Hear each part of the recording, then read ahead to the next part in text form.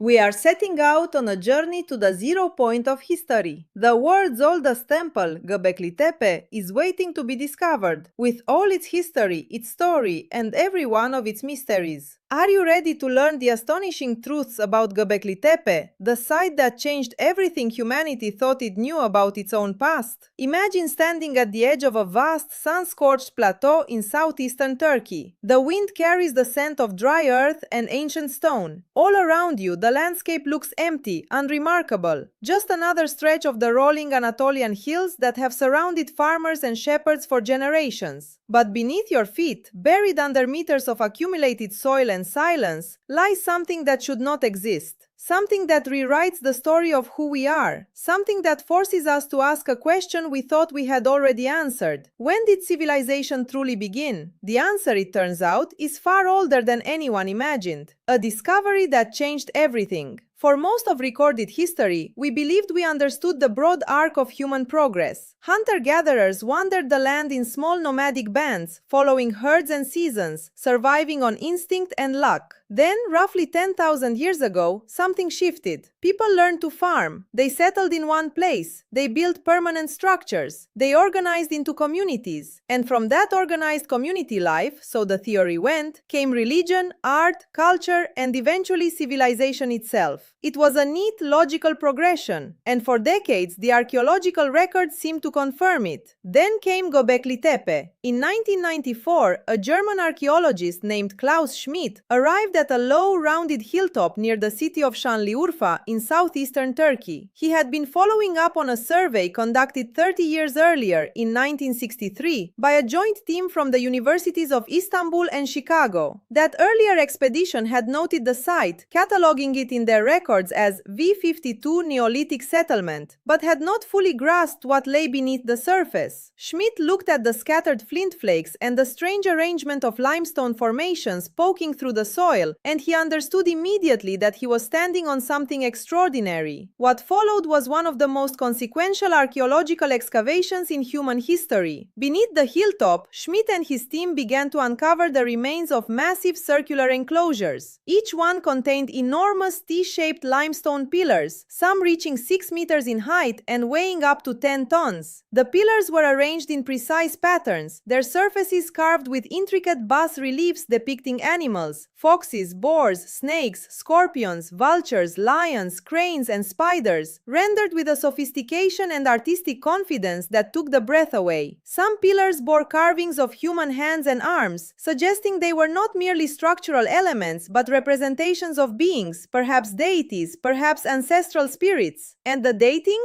The site was at least 12,000 years old. 12,000 years! That is approximately 7,500 years older than Stonehenge, 8,000 years older than the Great Pyramids of Giza. When Göbekli Tepe was built, the last ice age had only just ended. Agriculture, as we understand it, had not yet begun. The people who erected these magnificent structures were, by the conventional definition, hunter-gatherers, nomadic bands who had not yet settled down, had not yet learned to cultivate crops, had not yet organized themselves into the complex social structures that we associate with monumental construction. Or so we thought. The farmer who found a stone. Before Klaus Schmidt made his famous excavation, before the academic world had even heard of Göbekli Tepe, a local farmer had already made an accidental discovery that would eventually set history in motion. In 1983, a man named Mahmut Kılınç was plowing his field on the slopes of the hill when his tractor struck something hard and unyielding. He stopped, cleared away the soil, and found a large, unusually shaped stone. Unlike the ordinary rocks that farmers routinely turn up in their fields, this one had been worked, shaped by human hands into a form that felt deliberate, intentional. Kılınç carried the stone to the Şanlıurfa Museum. The staff there examined it, recorded it, and set it aside. They did not fully appreciate what they were holding. In the years that followed, the significance of that single stone was not recognized, and the field returned to ordinary farming life. It was not until Schmidt arrived 11 years later, armed with a sharper eye and a deeper understanding of what the geological and archaeological evidence was suggesting, that the true scale of the discovery began to emerge. And here, the story takes on a dimension that reaches beyond archaeology,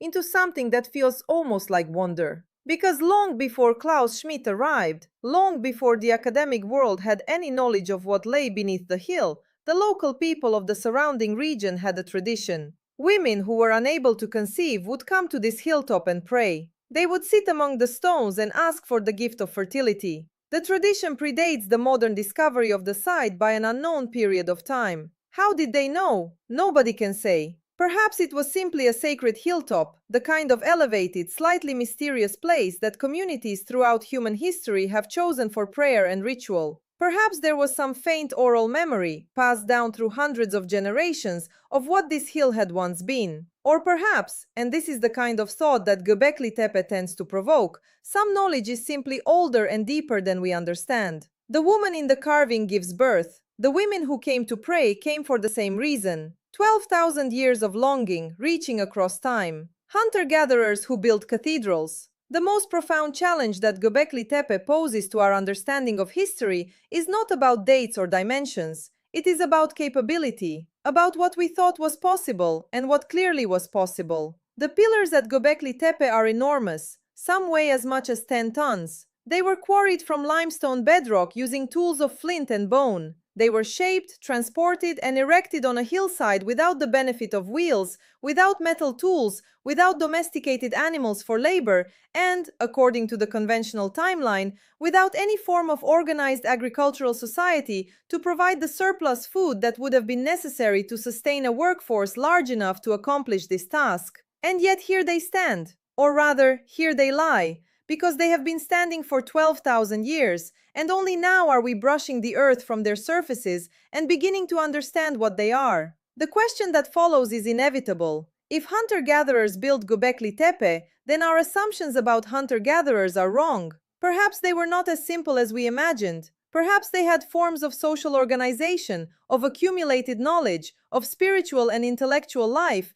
that left almost no trace in the archaeological record until Göbekli Tepe. Perhaps the transition from hunter-gatherer life to settled agricultural life was not as clean and sudden as we supposed. Perhaps the impulse to build, to gather, to create sacred space preceded farming rather than following it. This is the theory that some researchers now favor, that Göbekli Tepe was a gathering place, a kind of proto-temple that drew people from across a wide region for ritual purposes. That the act of gathering to build and maintain this place, repeated season after season, year after year, generation after generation, eventually created the conditions for permanent settlement. That religion, or whatever we choose to call the impulse that drove people to carve 10-ton pillars and erect them under the open sky, came before agriculture. That the need to return to the sacred site, to maintain it, to gather at it, may have been what first compelled people to plant crops and domesticate animals in the surrounding area.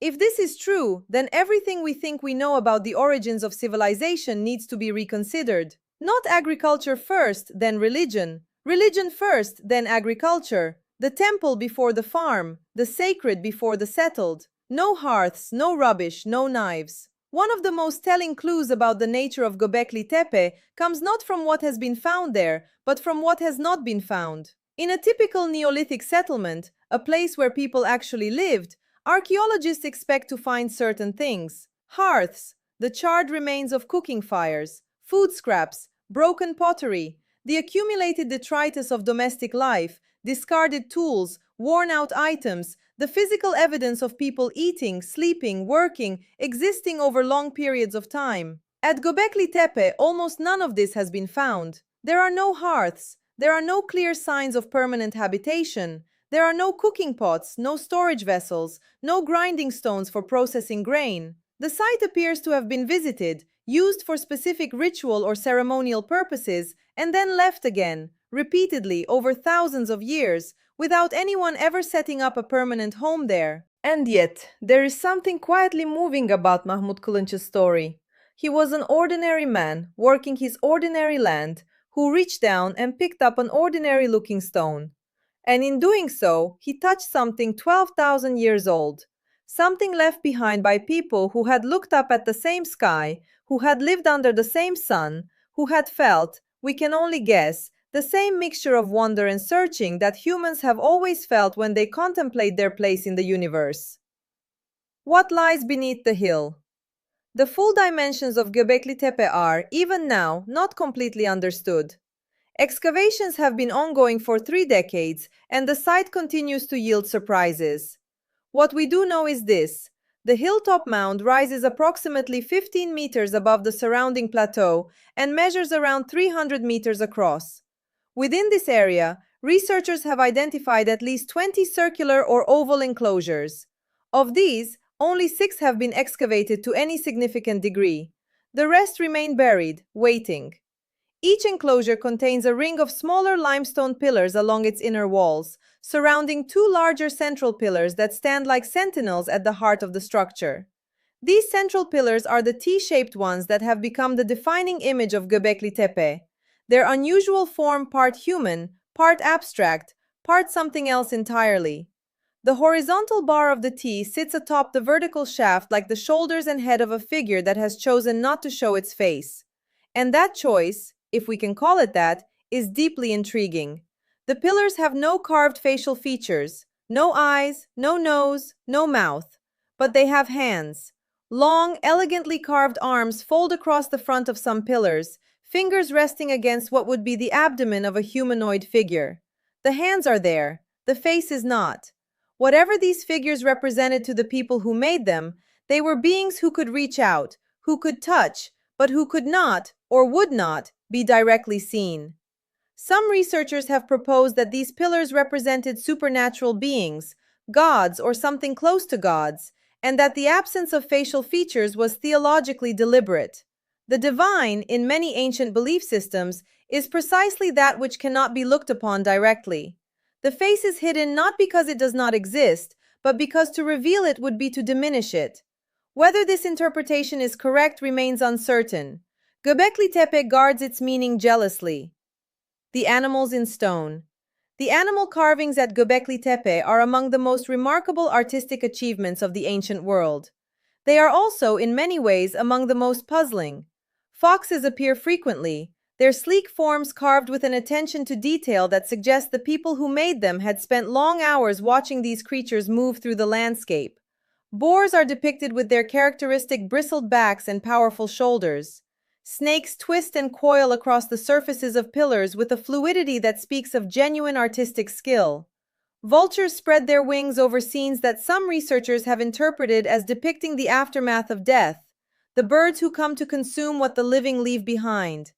Scorpions, cranes, ducks, aurochs, gazelles, spiders, insects. The full range of the natural world as it appeared to the people of this region 12,000 years ago. But these are not random depictions. They appear to have been chosen carefully, arranged deliberately, placed in specific positions for reasons we can only begin to guess at.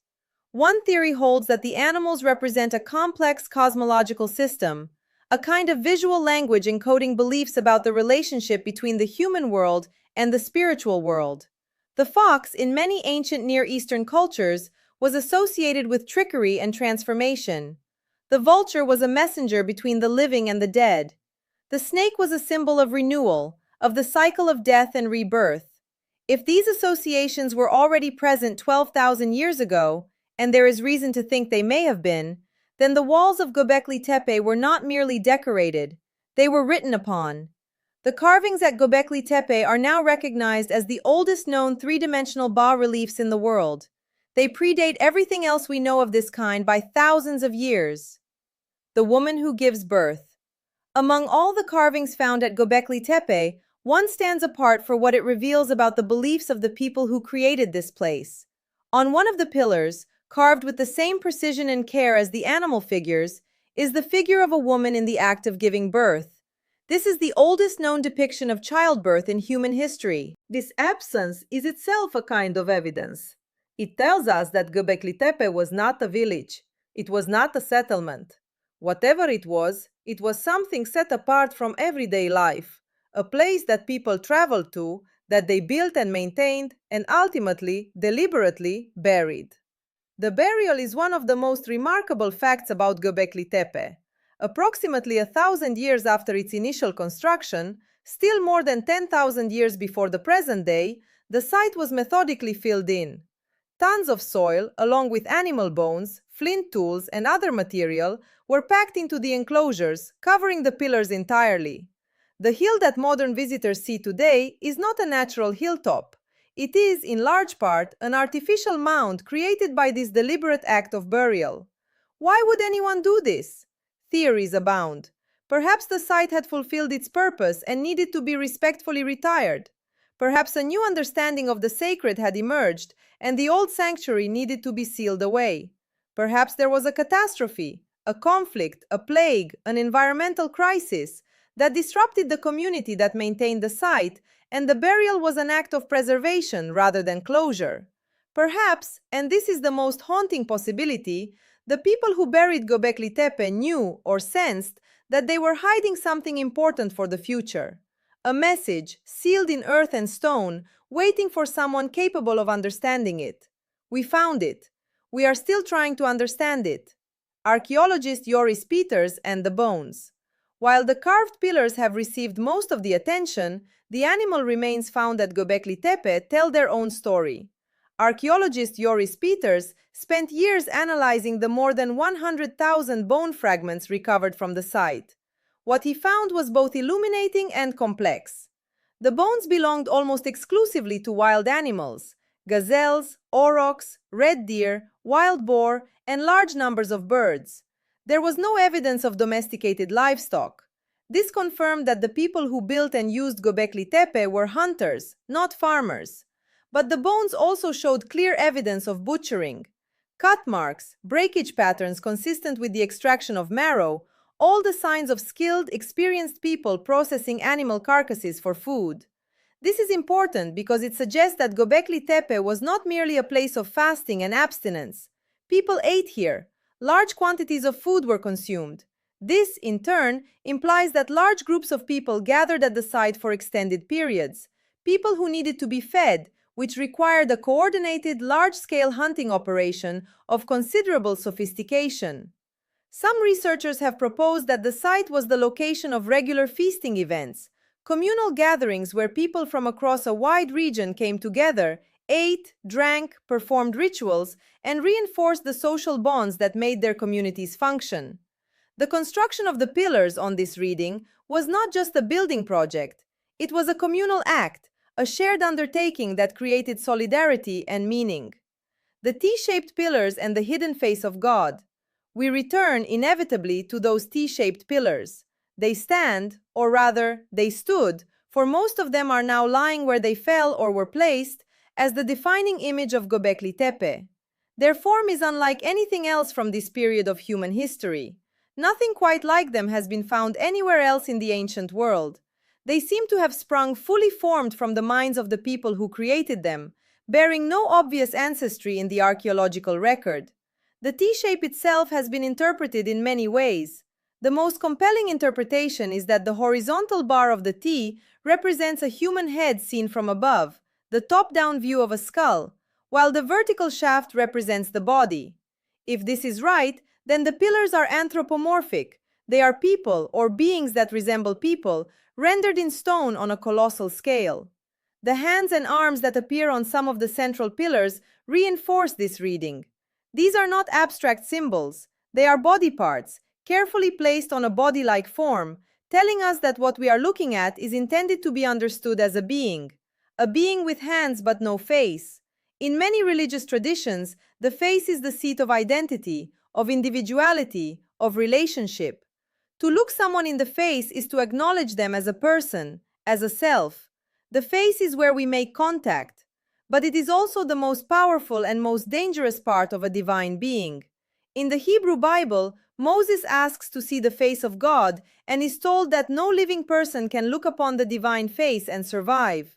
In ancient Egyptian religion, some of the most powerful deities were depicted with animal heads, precisely to prevent a direct face-to-face encounter with the divine. Perhaps the faceless pillars of Göbekli Tepe were expressing something similar. Here are the hands, reaching toward you. Here is the body, present and real. But the face, the identity, the full overwhelming presence is withheld. Because to show it would be too much.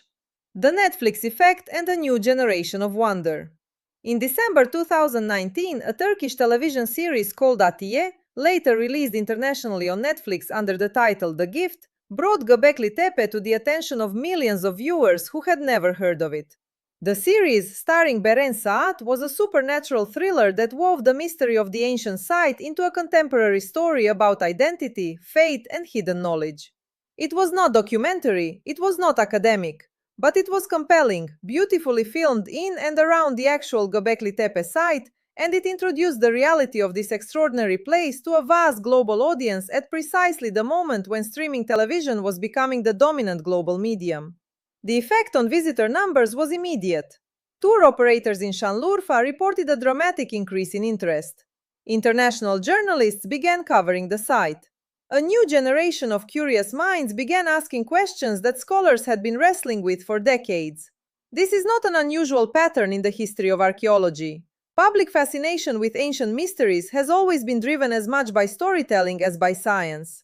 The important thing is that the fascination exists, because fascination leads to questions, and questions eventually lead to answers.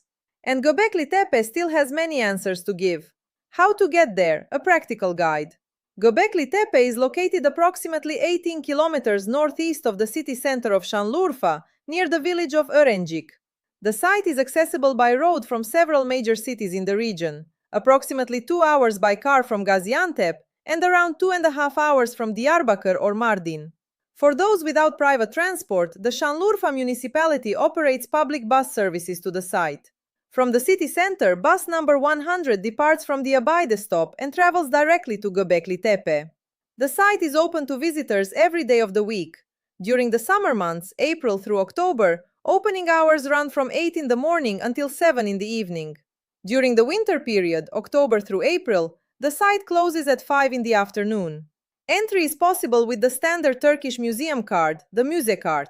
It is worth noting that while the full extent of Göbekli Tepe covers a very large area, the portion accessible to the public is considerably smaller. Ongoing excavations mean that much of the site remains a working archaeological dig. Most visitors find that an hour is sufficient to explore the accessible areas and take in the remarkable sight of the emerging pillars against the ancient Anatolian landscape. Before visiting, watching one of the several short documentaries available online, including material produced by National Geographic, can significantly enrich the experience. Standing among the stones with some understanding of what they are and what they mean transforms what might otherwise be a puzzling landscape of weathered limestone into something genuinely profound. A UNESCO World Heritage Site. In 2018, Göbekli Tepe was inscribed on the UNESCO World Heritage List, formal recognition from the international community of its outstanding universal value to humanity. The following year, the Turkish Ministry of Culture designated 2019 as the Year of Göbekli Tepe, a gesture intended to draw attention to the site and to the ongoing archaeological work being conducted there. Both designations were well-deserved and long overdue. But official recognition, however welcome, cannot fully capture what makes this place significant. Lists and designations belong to the administrative world. Göbekli Tepe belongs to something older and deeper, to the part of human experience that sits beneath language and policy and academic classification, in the place where we keep our oldest questions. Who were we at the beginning? What did we believe? What drove us, long before writing, long before cities, long before everything we call history, to lift enormous stones into the air and carve into their surfaces the animals we hunted and feared and revered?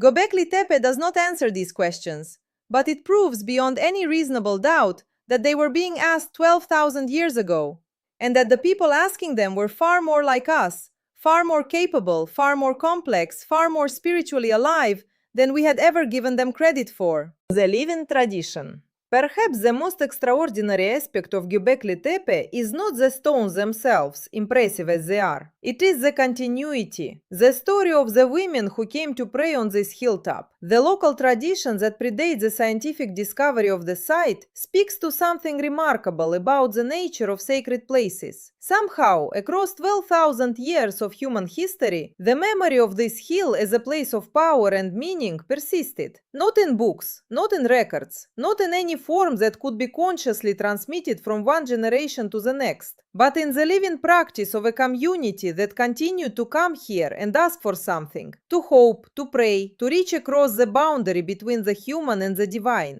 The carving of the birthing woman, the women who came to pray for children, the same hill, the same hope, 12,000 years apart. This is what Göbekli Tepe ultimately teaches us, that the deepest human needs and the deepest human impulses do not change. We build, we gather, we reach towards something beyond ourselves. We mark the landscape with the evidence of our longing, and sometimes, thousands of years later, someone brushes away the earth and finds what we left behind. What we still don't know. Despite 30 years of excavation and decades of scholarly debate, the most fundamental questions about Göbekli Tepe remain unanswered. We do not know who built it. We know they were anatomically modern humans living in the late Paleolithic and early Neolithic periods. We know they were skilled hunters and gifted artists. But we do not know their names, their language, their social structure, or the specifics of their belief system. We do not know exactly why it was built. The most widely accepted hypothesis, that it was a ritual or ceremonial site, perhaps the world's oldest temple, is supported by significant evidence but not definitively proven. Alternative theories propose that it was a gathering place for feasting, a monument to ancestral memory, an astronomical observatory, or some combination of all these things. We do not know why it was buried. The deliberate interment of the site remains one of the great mysteries of ancient archaeology. The burial preserved the pillars extraordinarily well, which is why we are able to see them today in such remarkable condition. But the motivation behind this act of preservation, or concealment, or retirement is completely unknown. We do not know how many structures remain to be discovered.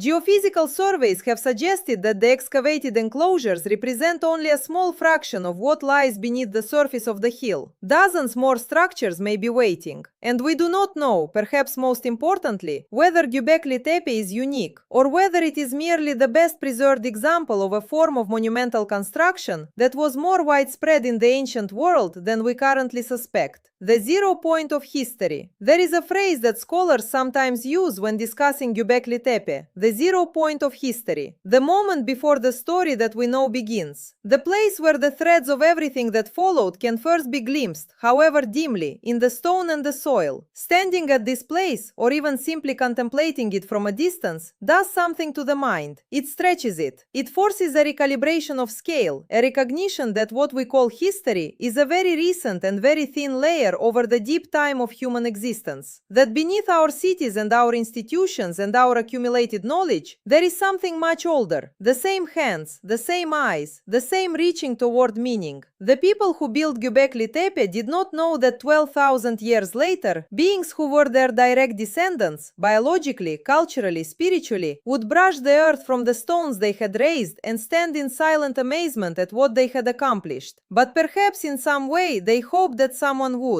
Perhaps that is why they buried it so carefully, not to hide it forever, to keep it safe until the right moment, until the moment when we were ready to receive the message, even if we are still working out what the message says. Göbekli Tepe is waiting. It has been waiting for 12,000 years. It can wait a little longer. If this extraordinary story of humanity's forgotten origins moved you, don't forget to like the video and subscribe to the channel. Share your thoughts in the comments. What do you believe Göbekli Tepe truly was? A temple? A gathering place? Something we don't yet have a word for? And if you enjoy stories about ancient mysteries, forgotten civilizations, and the questions that connect us to our deepest human past, turn on the notification bell so you don't miss what comes next. Because the past is not finished with us yet. Until the next video.